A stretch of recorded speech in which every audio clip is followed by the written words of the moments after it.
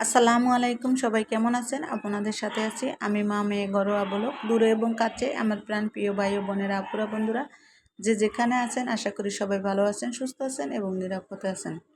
আপনাদের ছোট বড় সবার দোয়া এবং ভালোবাসা আলহামদুলিল্লাহ আমি আমার ফ্যামিলির সবাইকে নিয়ে ভালো আছি। আজকে একটা ভিডিও নিয়ে এসেছি। ভিডিওটা হলো 4টা ইলিশ মাছ দিয়ে আমি কি দিয়ে রান্না করব তা একটু আপনাদের সাথে শেয়ার করতেছি।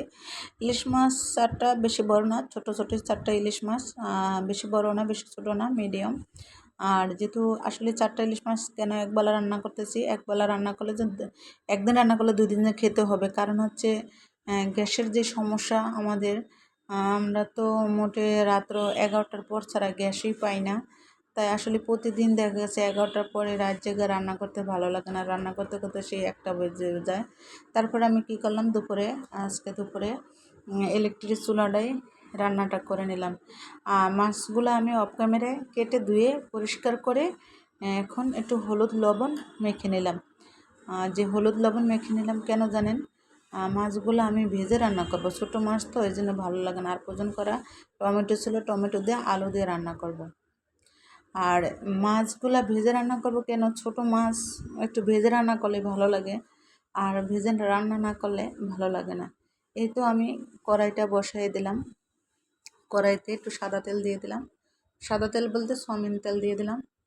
তাই সয়াবিন তেলটা দিয়ে এখন মাছটা ভেজে নিলাম। আর বলেন, এত কষ্ট করে কয়দিন রান্না করতে পারি বলেন তো? এত ভালো লাগতেছে না, একদম খারাপ লাগতেছে। ডেলি আর কষ্ট ভালো লাগে না। দেখা গেছে দিনের সারাদিন পরে যদি 4টা বাজে একটু গ্যাস দেয়, দেখা যায় 4টার থেকে রান্না বান্না সেরে একটু রেস্ট নেওয়া যায়। বা সকাল 8টা পর্যন্ত গ্যাসটা থাকলেও হয়, সেই সকাল 6:30 6টা বাজে মনে করেন চুলা নিভে যায়। তাহলে মনে করেন এইভাবে করে কয়দিন খাওয়া যায় আর থাকা যায় বলেন? এটা 2 4 6 মাস, 1 মাস বা 2 10 দিন এরকম কষ্ট করে তবু হয়। বছরের পর বছর, মাসের পর মাস, বছরের পর বছর এভাবে কষ্ট করা কি যায় বলেন তো? তারপরে কি করব, কষ্টটা যেহেতু করতেই হয় তাই করেই নেই। আমার সবচেয়ে আমার গ্রামে ভালো লাগে জানেন কি? গ্রামে সব দিকেই ভালো লাগে। যেমন লার্কি চুলায় যখন মন চায় চুলাটা লার্কি দিয়ে ধরায় দেয়, সামান্য একটা কাগজ দিয়ে লার্কিটা ধরায় দেয়, চুলাটা সুন্দর ধরে দেয়, রান্না করে। যে কি ভালো লাগে সত্যি কথা বলতে, আমার আর ঢাকায় থাকতে ইচ্ছা করতেছে না। মানে অনেক কষ্ট লাগতেছে খালি রান্না বান্না নিয়ে। মানে চাহিদা মতো কিছু রান্না করতে পারি না। মানে দেখা যাচ্ছে চাহিদা মতো কি, যেমন একটু শাক সবজি রান্না করবো, রাত্রেবেলা শাক রান্না করা, এই শাকটা খায় রাত্র 11টা 12টা বাজে রান্না করে, আর সেই শাকটা খায় কোন সময় বলেন? আর শাক, যেমন শাক পাতা দেখা যাচ্ছে কি, সকালবেলা বাজার করে এনে দুপুরে রান্না কেটে কুটে রান্না বান্না করে বাস দুপুরে খায়। এটা সবচেয়ে ভালো লাগে না? কিন্তু না, তা পারি না। তাই কী করব? এই তো এখন কথা বলতে বলতে আমার মাছগুলো ভেজে নেওয়া হয়ে গেলে এখন কিছু কাঁচা পেঁয়াজ কেটে দিলাম, আদা রসুনের পেস্ট দিলাম, দিয়ে তারপরে এখন অনতবর নেড়ে চেড়ে ভালো করে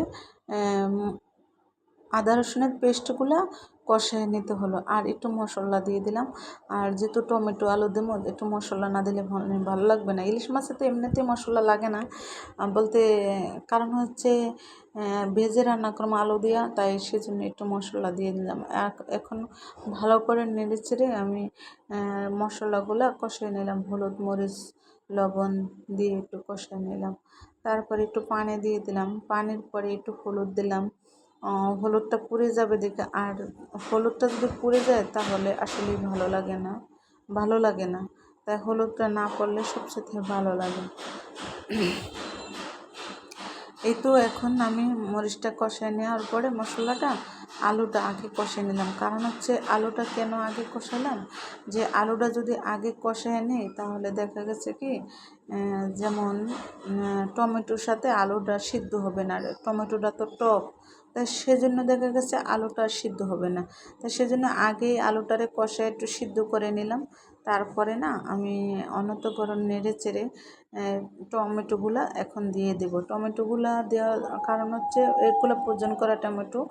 আর আমি অনেক মানে দেশে যাওয়ার আগে অনেকগুলো টমেটো আনছিলাম, তাই ভাবলাম যে টমেটোগুলো ফেলে দেব, তারপরে কি করলাম, কেটে আমি একদম ফ্রিজে রেখে দিলাম। এই যে উপকারে আসছে, মানে এখন আমি রান্না করতে পারছি, তা নাহলে বাজার থেকে আনতে হতো বা রান্না করতে হইতো। এই তো আমি অনতপরণ নেড়ে চেড়ে একটা ঢাকনা দিয়ে ডেকে রাখলাম, ডেকে তারপরে রান্নাটা আর টমেটো আলু একটু ভালো করে কষায় নিতে হয়, তা নাহলে একটু গন্ধ গন্ধ আসে। একটু ভালো করে কষায় নিলে সবচেয়ে ভালো হয়। এতে একটা ঢাকনাটা আমি তুলে নিলাম। এই যে দেখতেছেন টকবক করে ফুটতে আছে, আর অনন্তপর নেড়ে চেড়ে দিতে আছে। কারণ হচ্ছে একটু নেড়ে যে ইলেকট্রিক চুলার আবার নিচে কিন্তু চুলার তলা ধরে যায়। আর এবার একটু চেক করে দেখলাম খুচুন দিয়ে। এখন আমি মাছটা দিয়ে দিলাম, দিয়ে দিলাম।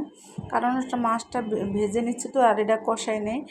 ভাবলাম যে একটু আগে ভাগে দিয়ে দিলে মাছটা তাহলে ভালো হবে। তারপরে এই তো দেখেন এখন আমার অলরেডি রান্নাটা হয়ে গেছে, কমপ্লিট হয়ে গেছে। সবাই ভালো থাকবেন, সুস্থ থাকবেন। আল্লাহ হাফেজ। আসসালামু আলাইকুম।